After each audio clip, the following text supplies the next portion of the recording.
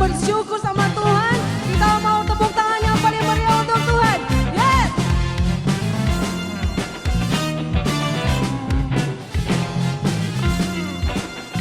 Sama-sama katakan, langit dan bumi pujilah Tuhan, sebab Dia ciptakan semuanya. Keagungannya mengatasi langit bumi, sembah sujud di hadapannya. Hey! Mari semua yang bersuka cita sama-sama katakan, langit dan bumi pujilah Tuhan, sebab Dia ciptakan semuanya. Keagungannya mengatasi langit bumi, sembah sujud di hadapannya. Ku puji, ku sembah, ku puji, ku sembah Yesus Kristus Sang Penebus. Ku puji, ku sembah, ku puji, ku sembah Yesus Tuhan dan Rajaku.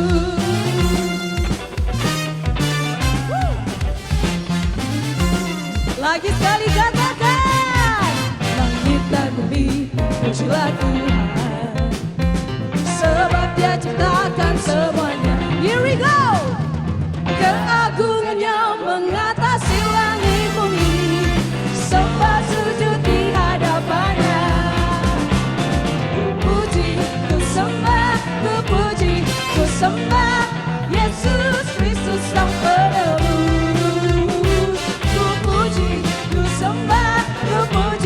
Ku sembah Yesus Tuhan dan Rajaku. Lagi sekali katakan, ku puji, ku sembah, ku puji, ku sembah Yesus Kristus Sang Penebus. Ku puji, ku sembah, ku puji, ku sembah Yesus Tuhan dan Rajaku.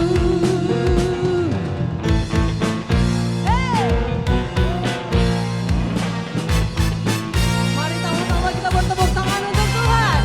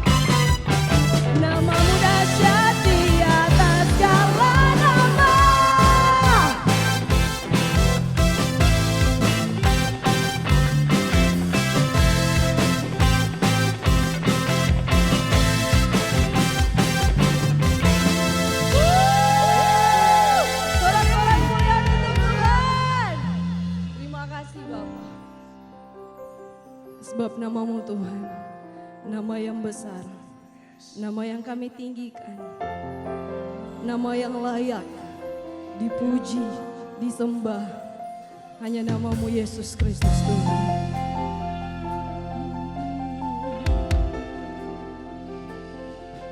Kami datang menyembahmu,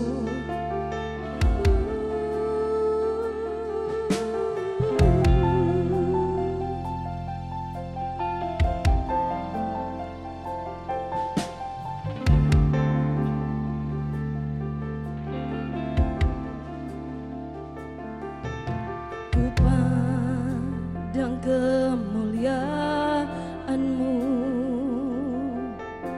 Imam besar Maha Agung.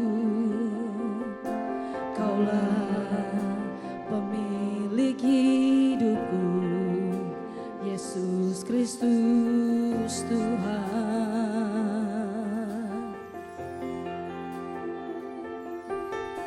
Sujud di depan takhtamu,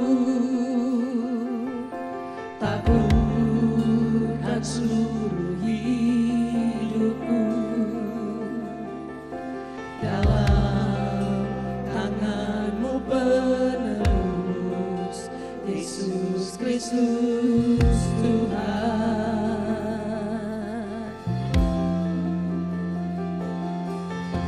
Tiada satu pun yang luput dari karya kasih-Mu yang mulia. Bagi-Mu segala pujian, hormat, kemuliaan.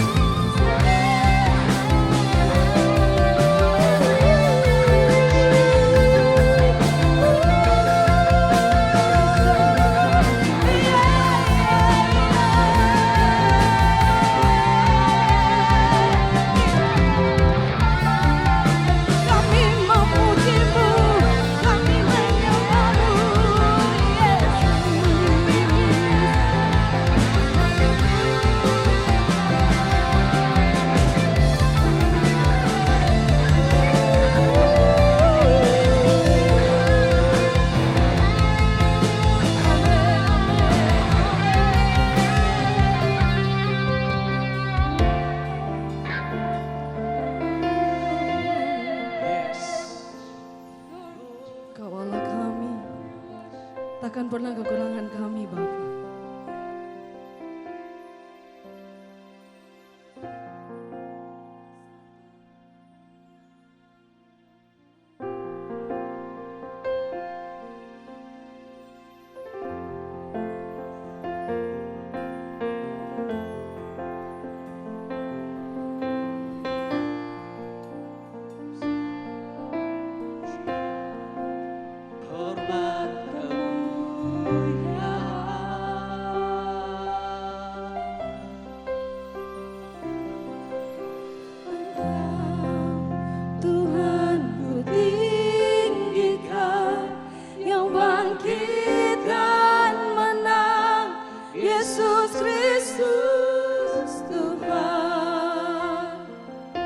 Raja mulia dan luhur berkorban bagiku.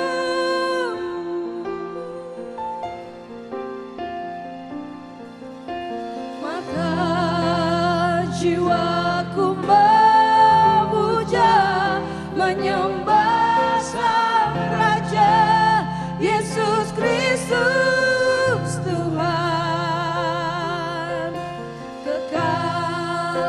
Sempurna kuasa-Mu, agunglah karya-Mu.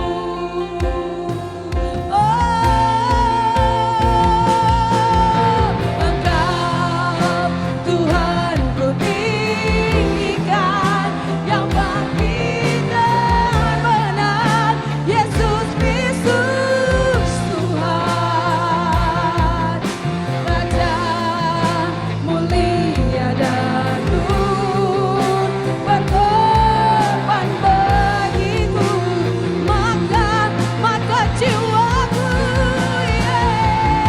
Maka jiwaku, maka jiwaku memuja, menyembah Sang Raja Yesus Kristus Tuhan. Kekal sempurna kuasa-Mu, agunglah karya-Mu. Yesus Kristus Tuhan. Yesus Kristus Tuhan. Yesus Kristus Tuhan.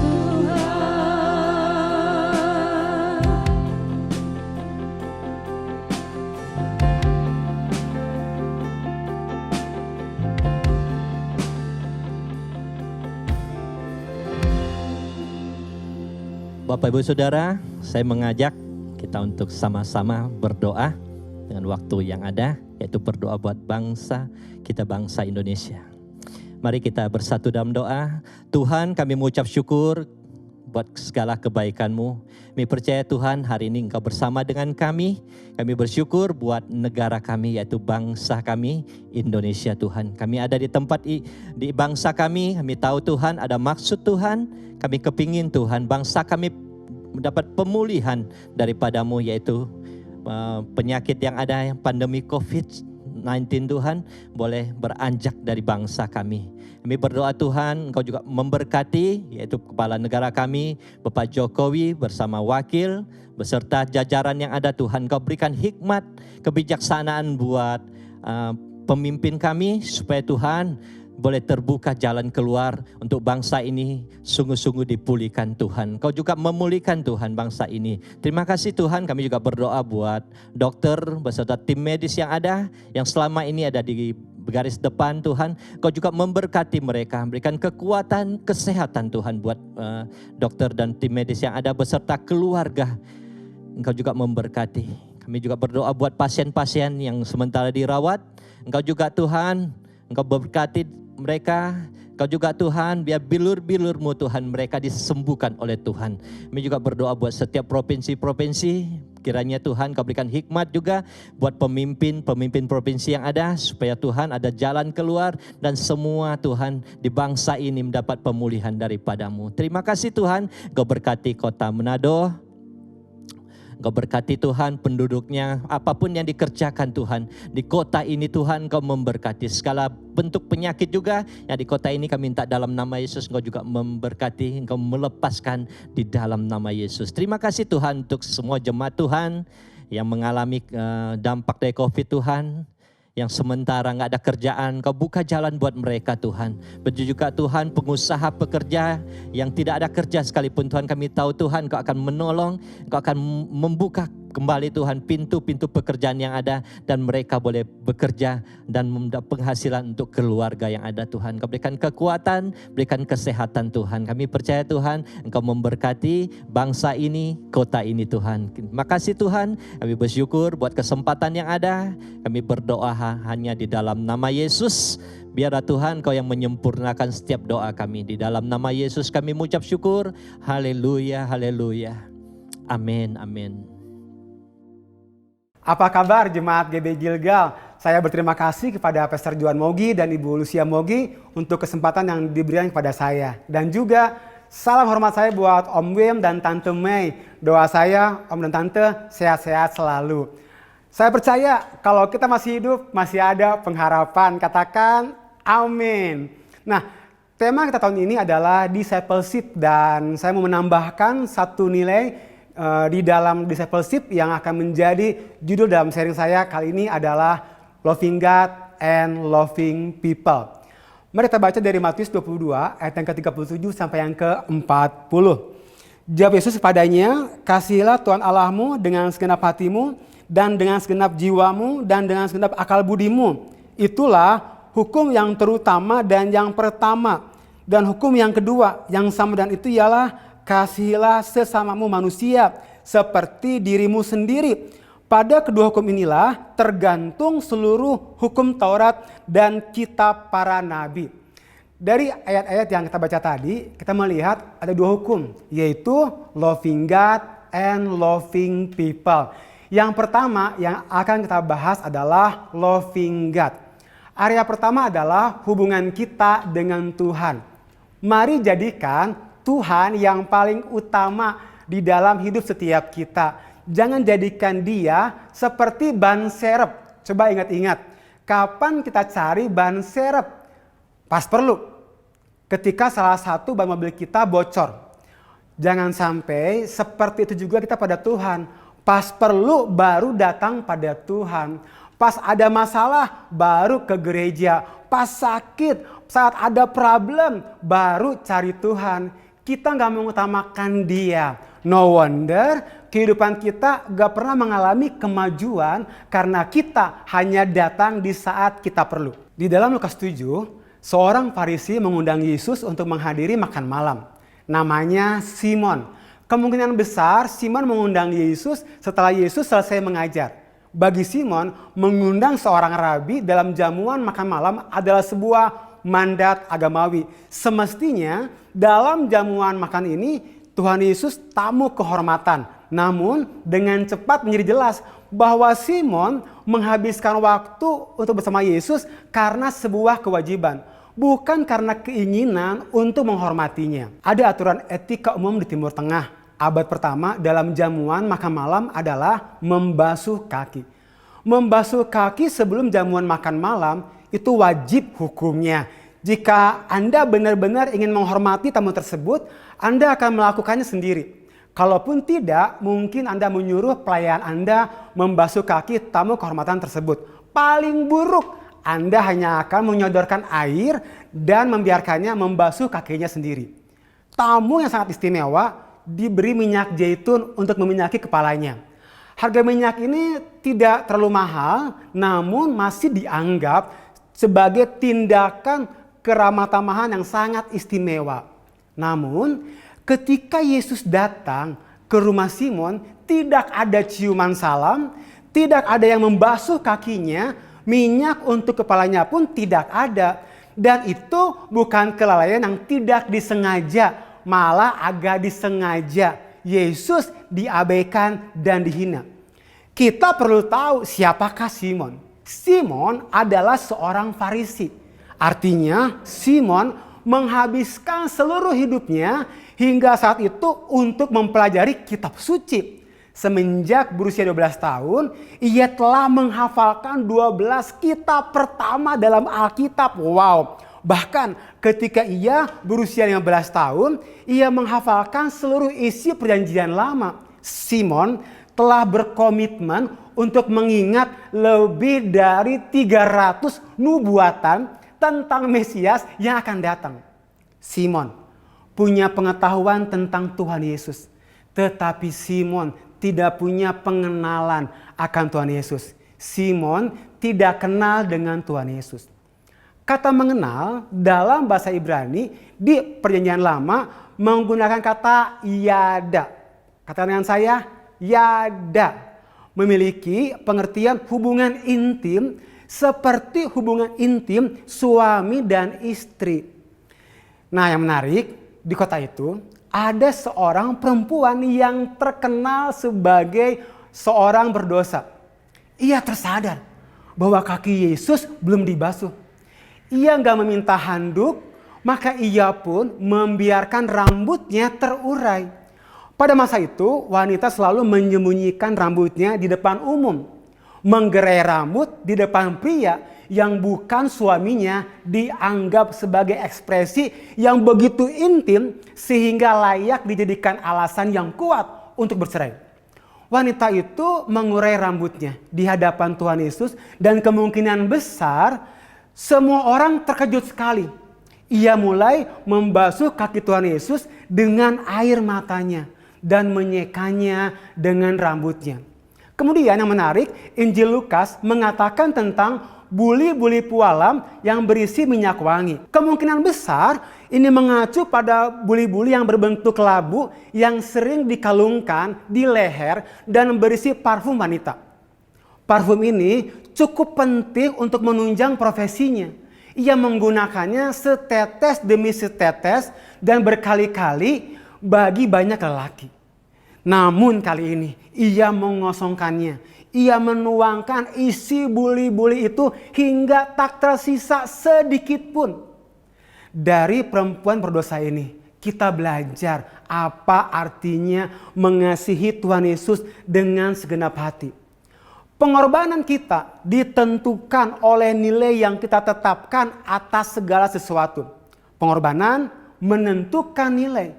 Kita akan tahu segala sesuatu bernilai tinggi atau rendah ditentukan oleh kerelaan kita untuk berkorban. Untuk sesuatu yang bernilai tentu kita akan rela berkorban.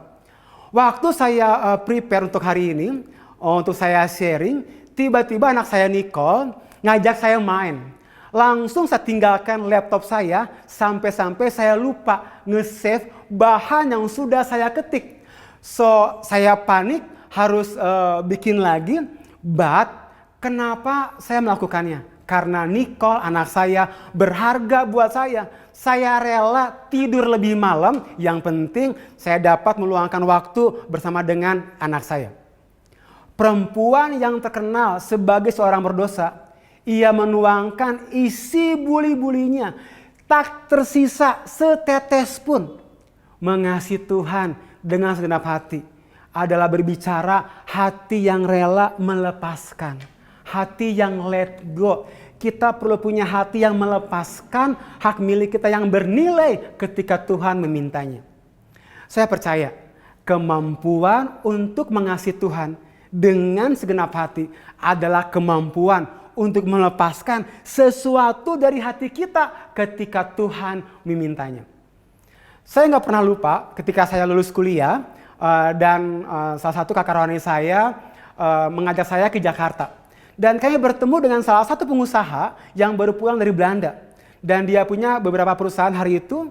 Kemudian beliau menawarkan saya untuk kerja di salah satu perusahaan yang dia punya menjadi manajer. Dan dalam pergumulan hari itu, pergi enggak ya, ambil enggak ya. Ketika saya pulang dari sebuah home sale di Alusius hari itu, saya lagi ngobrol dengan Roh Kudus. Saya ngobrol, gimana ya Roh Kudus ya, saya tuh rindu menyelamatkan generasi ini. Dan jelas hari itu Bapa di sorga bicara di hati saya.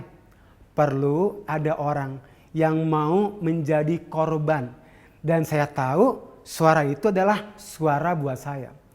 Saya itu anak pertama, saudara-saudara. Dan hari itu bapak saya sudah pensiun. Jadi saya punya tanggung jawab untuk bantu bapak saya untuk sekolahkan dan kuliahkan adik-adik saya hari itu. Jadi bapak saya menaruhkan harapan besar untuk saya. Dan waktu saya katakan saya akan menjadi pelayan sepenuh waktu, hari itu bapak saya sedih dan kecewa. Bapak saya katakan seperti ini, kalau kamu mau jadi pendeta, kenapa enggak dari dulu sekolah pendeta? Kenapa capek-capek sekolah teknik sipil? Dan hari itu saya nggak ngomongan dengan bapak saya kurang lebih selama 1 tahun. Dan setelah setahun berlalu bapak saya panggil saya, Victor, kalau itu saya menjadi panggilan hidup kamu, saya berkati kamu. Hari itu saya lega banget. Kemampuan kita untuk mengasihi Tuhan dengan segenap hati adalah kemampuan untuk melepaskan segala sesuatu dari hati kita ketika Tuhan memintanya. Mengasihi Tuhan dengan segenap hati adalah mengasihi tanpa syarat pengecualian.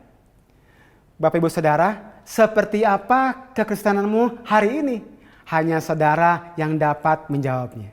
Yang kedua adalah loving people. Mari kita baca dari Matius 22 ayat yang ke-39. Dan hukum yang kedua yang sama dengan itu ialah kasihilah sesamamu manusia seperti dirimu sendiri. Area kedua adalah hubungan kita dengan sesama. Firman Tuhan katakan kasihilah sesamamu manusia. Ini merupakan hal yang penting karena dikatakan hal yang sama dengan itu, yang sama dengan hukum yang pertama, kasihilah Tuhan Allahmu dengan segenap hatimu. Allah mengutamakan hubungan. Matius 5 ayat yang ke-23 sampai yang ke-24. Sebab itu, jika engkau mempersembahkan persembahanmu di atas mezbah dan engkau teringat akan sesuatu yang ada di dalam hati saudaramu terhadap engkau, tinggalkanlah persembahanmu itu di depan mezbahmu itu dan pergilah berdamai dahulu dengan saudaramu. Lalu kembali untuk mempersembahkan persembahanmu itu. Perhatikan, Allah sangat mengutamakan hubungan. Allah tidak segan meminta orang tersebut meninggalkan hubungannya dengan Allah sebelum membereskan hubungannya dengan sesama. Bukankah ini berbicara tentang prioritas hubungan dan balance? Matius 22 ayat yang ke-39. Dan hukum yang kedua yang sama dengan itu ialah kasihilah sesamamu manusia seperti dirimu sendiri.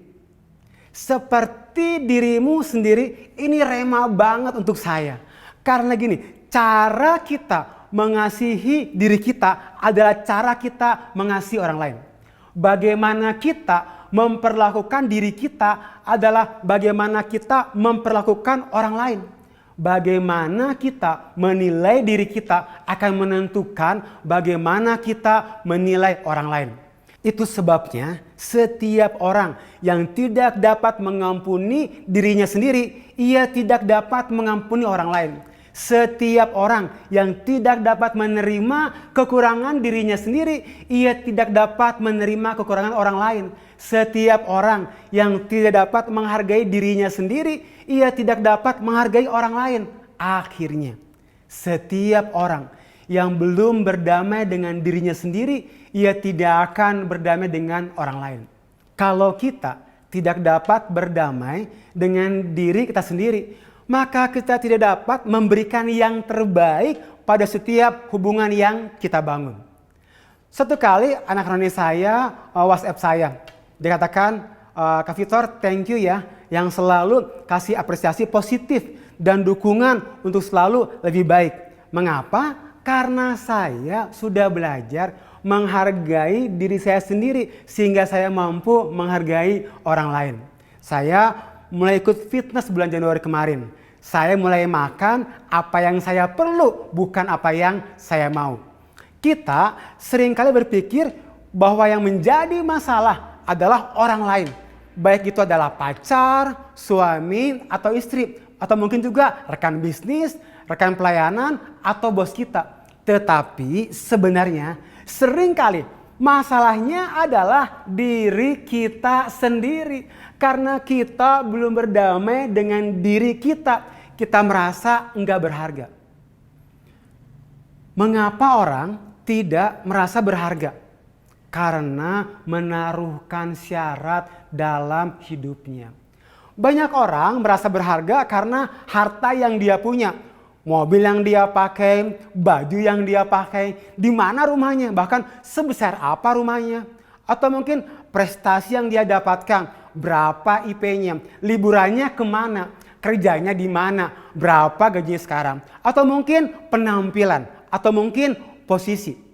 Saya mau katakan bahwa kita berharga bukan karena apa yang kita punya, tapi apa yang Bapa kerjakan dan apa yang Bapa berikan di dalam hidup kita, itu yang membuat kita berharga.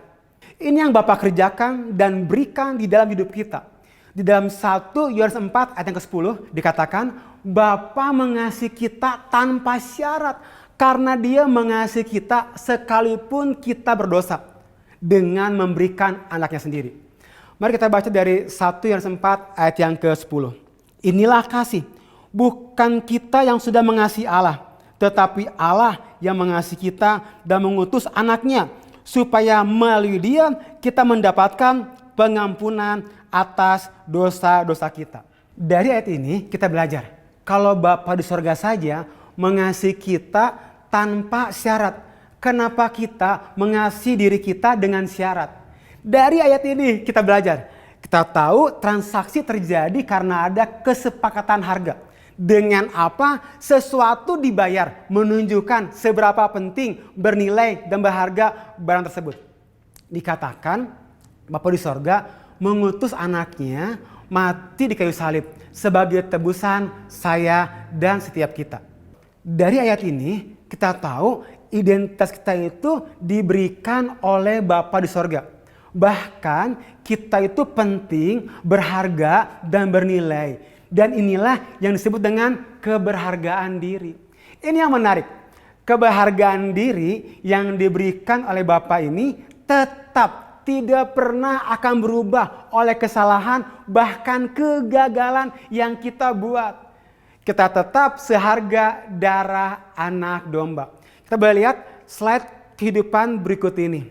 Dalam kehidupan, saya mengalami berbagai macam masalah, penolakan, kegagalan, bahkan ketakutan. Tahu gak, saya itu orang yang paling minder. Tetapi ketika saya mulai membangun kesadaran saya di hadapan Bapa di sorga, saya membangun diri saya katakan saya berharga. Tuhan Yesus mati di kayu salib, Tuhan Yesus menebus saya menerima sepenuhnya apa yang Bapa kerjakan dan apa yang Bapa berikan di dalam hidup saya. Bapak Ibu Saudara, yang terpenting bukan seberapa banyak orang berkata bahwa kamu berharga, tetapi seberapa sadar bahwa saya berharga karena penerimaan orang akan diri kita tidaklah penting. Penerimaan kita akan diri kita itulah yang terpenting. Jadi, nih ya, saya mau kasih tahu nih, yang lagi pacaran jangan buru-buru tanya, "Do you love me?" Tapi yang perlu dan penting untuk ditanya adalah, "Do you love you?" Karena cara dia mengasihi dirinya adalah cara dia akan mengasihimu. Karena cara dia menilai dirinya akan menentukan bagaimana dia akan memperlakukan hidupmu. Bagaimana kita dapat mengasihi? Karena kita sudah menerima kasih Kristus. Dia sudah terlebih dahulu mengasihi kita. Itulah sebabnya kita dapat mengasihi. 1 Yohanes 4 ayat yang ke-19. Kita mengasihi sebab Allah sudah terlebih dahulu mengasihi. Ini adalah sumber kita untuk mengasihi. Kasih yang sudah kita terima dari Dia, kita bagikan pada sesama. Karena kita tidak dapat memberi apa yang kita tidak punya. Oleh sebab itu, pertama-tama kita perlu terlebih dahulu menerima kasih-Nya. Karena patokan kita untuk mengasihi sesama bukanlah kasih kita pada Allah, tetapi kasih Allah pada kita. Pastor Victor, Sebesar apa kasih Allah pada kita? Sangat besar. Yohanes 3 ayat yang ke-16. Karena begitu besar kasih Allah akan dunia ini, sehingga ia telah mengaruniakan anak yang tunggal, supaya setiap orang yang percaya kepadanya tidak binasa, melainkan beroleh hidup yang kekal. Jemaat GBI Gilgal, pemuridan yang sejati dimulai dengan belajar untuk mengasihi orang-orang yang ada di dalam rumahnya terlebih dahulu. Kemudian belajar untuk mengasihi orang-orang yang ada di luar rumahnya. Itu sebabnya mari mulai dengan mengasihi parents saudara. Keluaran 20 ayat yang ke-12. Hormatilah ayahmu dan ibumu supaya lanjut umurmu di tanah yang diberikan Tuhan Allahmu kepadamu. Tanah di sini melambangkan tempat engkau diberkati.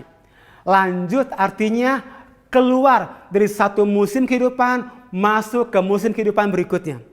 Menarik hukum ini karena dari 10 perintah Tuhan hanya 1 perintah yang disertai dengan janji berkat. 9 lainnya tidak disertai janji berkat. Itu sebabnya mengapa kita perlu belajar menghormati. Sebuah buku berjudul Zero Become Genius karangan Aaron Katz, dia seorang Yahudi. Dikatakan bahwa hal pertama yang membuat orang Yahudi berhasil, hal pertama yang mereka ajarkan adalah menghormati orang tua. Things elevate with honor. Segala sesuatu bergerak naik waktu kita menghormati. Sikap tidak hormat akan membuat engkau turun ke bawah, bahkan ke tempat yang engkau gak pernah pikirkan sebelumnya. Honor elevate your life. Dishonor decimate your life. Apakah honor? Honor itu menghormati, menghargai, dan juga memuliakan. Saya selalu tersentuh dalam sakramen pernikahan ketika ucapan terima kasih kepada papa mamanya.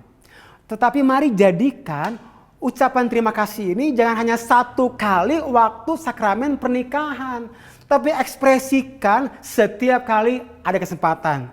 Saya mau kasih tahu. Parents saudara, orang tua saudara, mereka itu butuh kasih sayang dan hormat.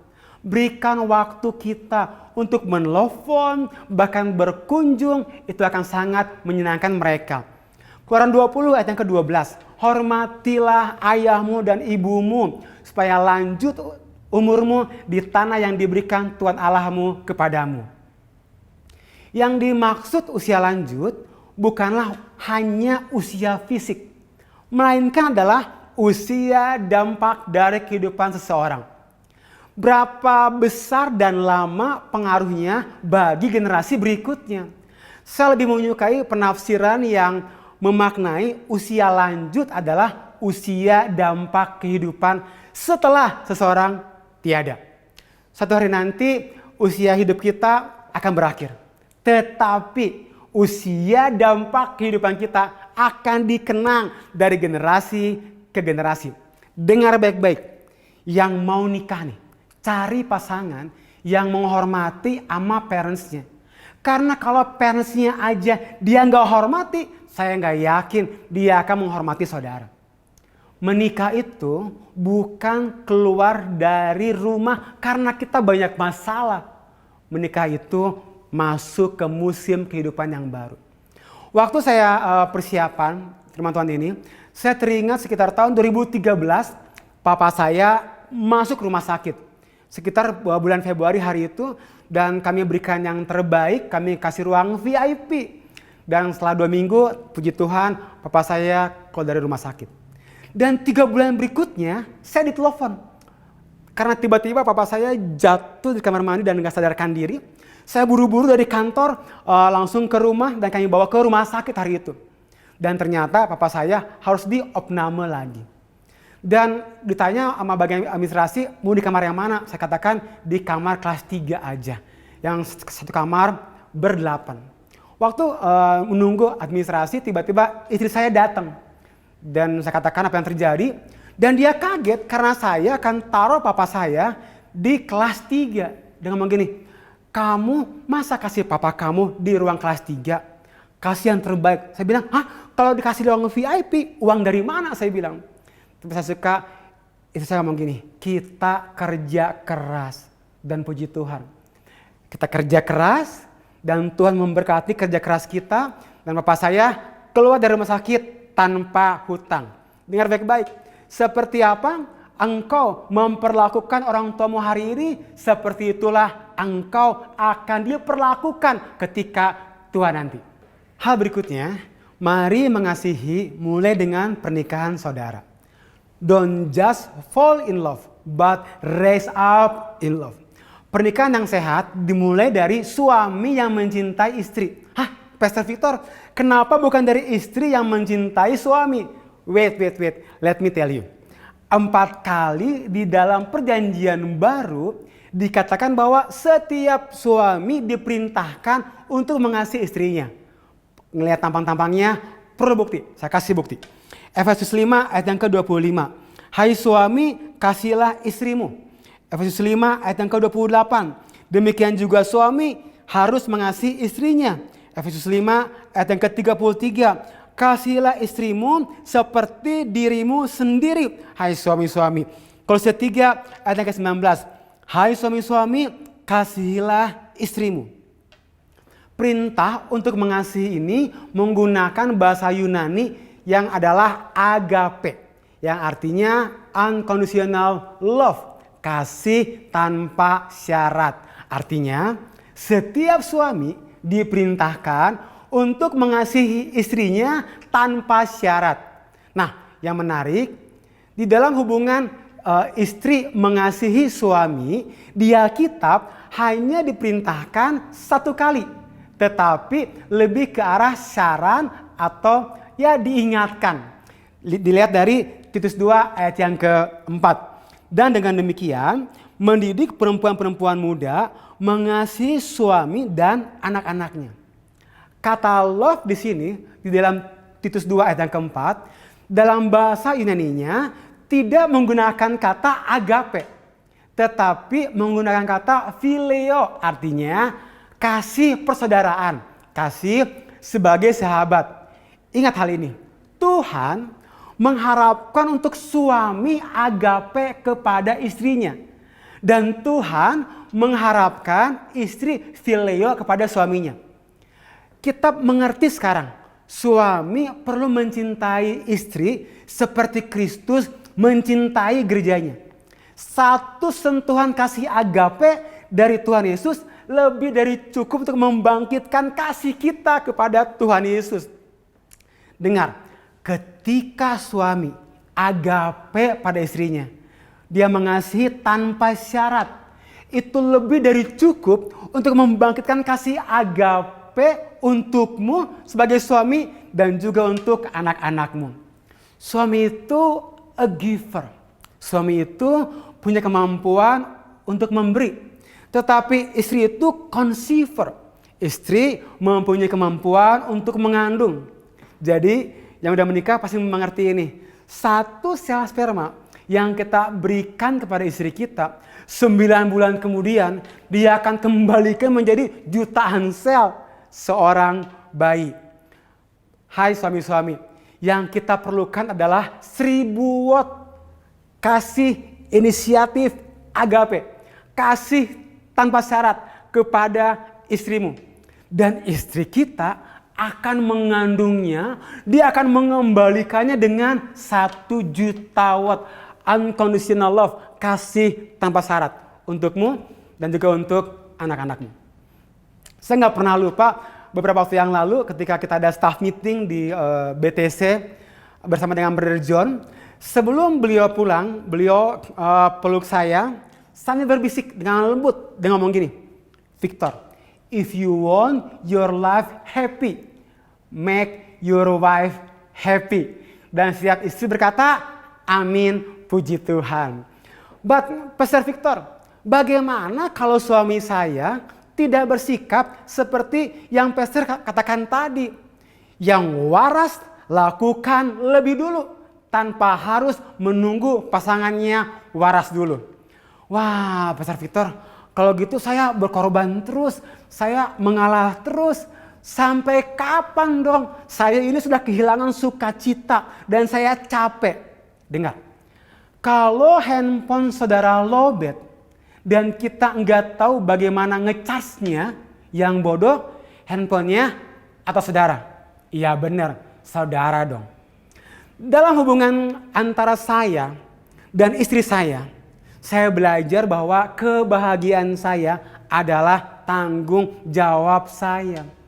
Untuk saya tetap terhubung dengan Tuhan. Karena Tuhan adalah sumber sukacita kita, bukan pasangan kita. Kasih itu melakukannya meskipun dia telat jemput saya, meskipun suka lupa tanggal pernikahan saya. Sebutkan, meskipun yang lainnya, mungkin masih banyak. Tetapi mari kita mengasihi meskipun. Saya mau mengasihi meskipun suami saya. Saya mau mengasihi meskipun istri saya. Hal berikutnya adalah, ini yang terakhir, mari mengasihi mulai dengan anak saudara. Beberapa waktu yang lalu saya sharing di PNS Meeting, saya kasih judul sharing saya, Don't Miss It. Tahu saudara, time flies. Waktu begitu cepat. Jangan biarkan kita kehilangan waktu bersama anak-anak kita. Karena waktu kita bersama dengan anak-anak kita hanyalah sebuah fase kehidupan. Tahu nggak? Anak kita hanya satu kali akan berumur 6 tahun. Dan ketika berumur 6 tahun, kita nggak bisa kembali lagi memutar waktu untuk kembali ke umur waktu dia 5 tahun. Kita hanya punya satu kali kesempatan. Mari kita lihat sebuah video yang saya lihat di YouTube yang judulnya adalah It's Just a Phase, So Don't Miss It.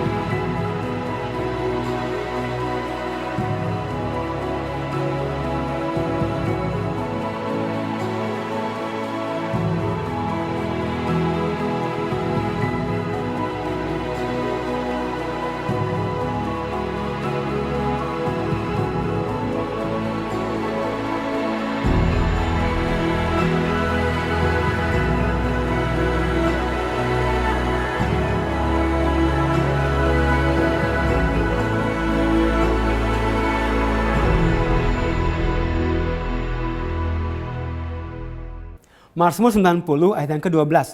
Sadarkanlah kami akan singkatnya hidup ini, supaya kami menjadi orang yang berbudi.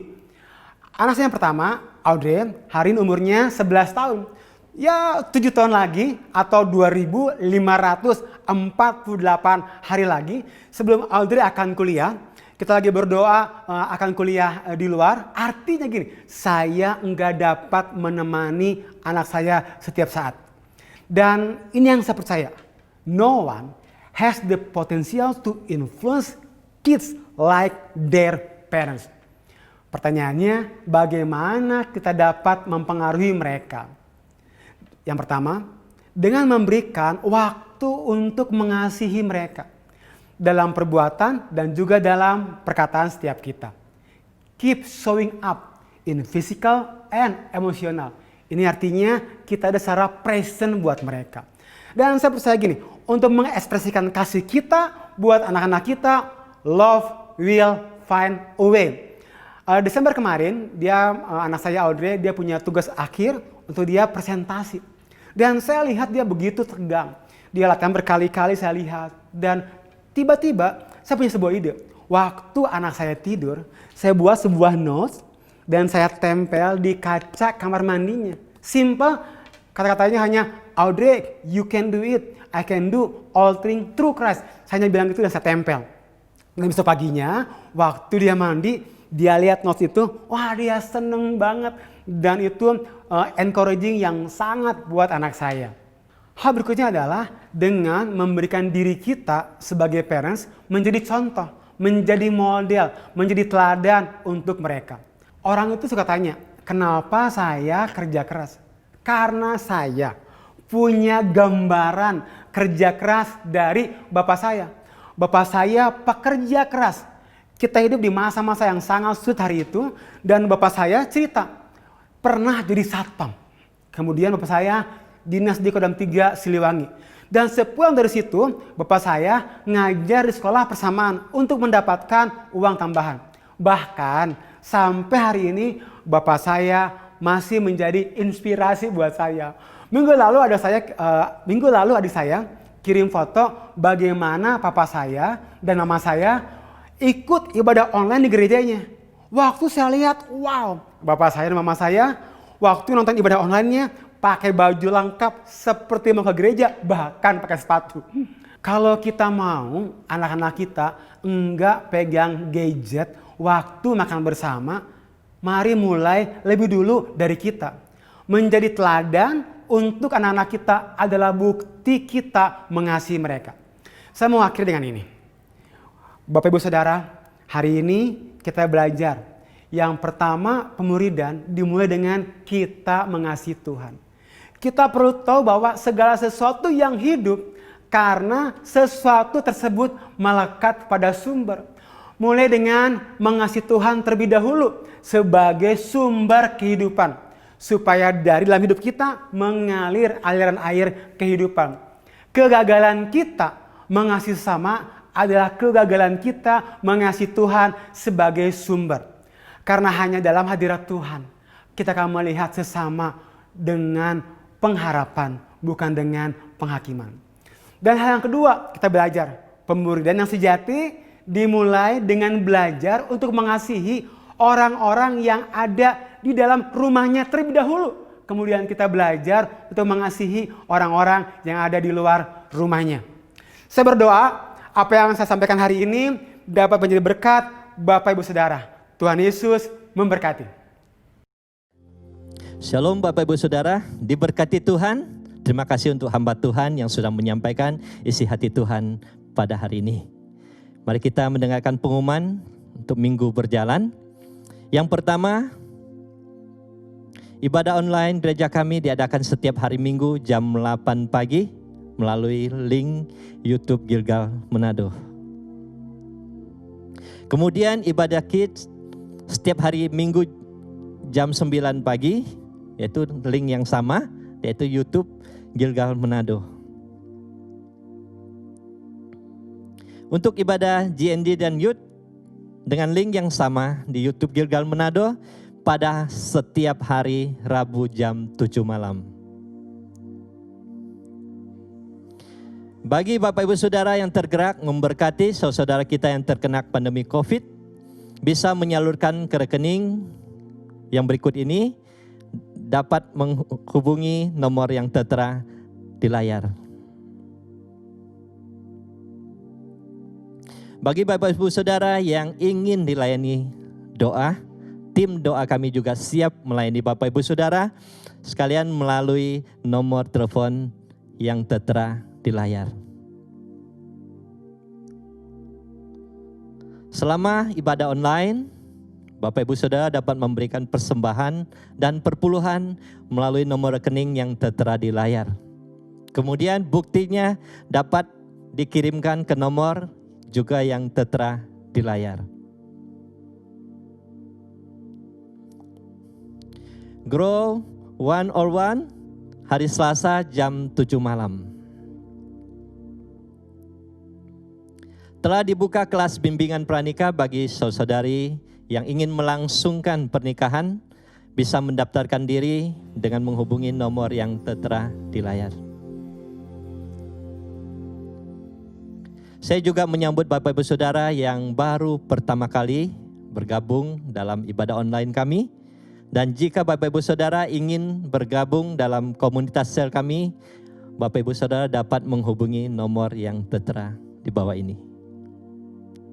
Sekian pengumuman, Tuhan Yesus memberkati. Jiwaku memuja, menyembah Sang Raja, Yesus Kristus Tuhan. Kekal sempurna kuasa-Mu, agunglah karya-Mu. Yesus Kristus Tuhan.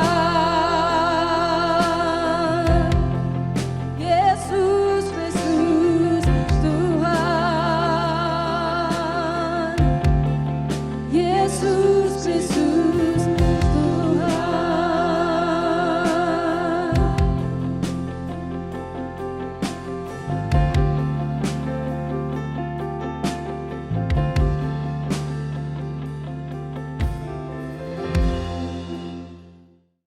Bapak Ibu Saudara yang terkasih dalam Kristus, ibadah hari ini sudah selesai. Terimalah berkat dari Tuhan. Tuhan memberkati keluargamu, Tuhan memberkati usaha dan pekerjaanmu. Tuhan memberkati segala sesuatu yang dikerjakan sesuai dengan kehendak Tuhan. Dan biarlah cinta kasih dari Allah Bapa Tuhan kita yang selalu menyertai. Dengan perantaraan kuat kuasa Roh Kudus, Dia akan menghibur, menolong, bahkan membela Bapak Ibu Saudara saat ini sampai Yesus datang kali yang kedua menjemput kita semua. Yang percaya sama-sama katakan amin.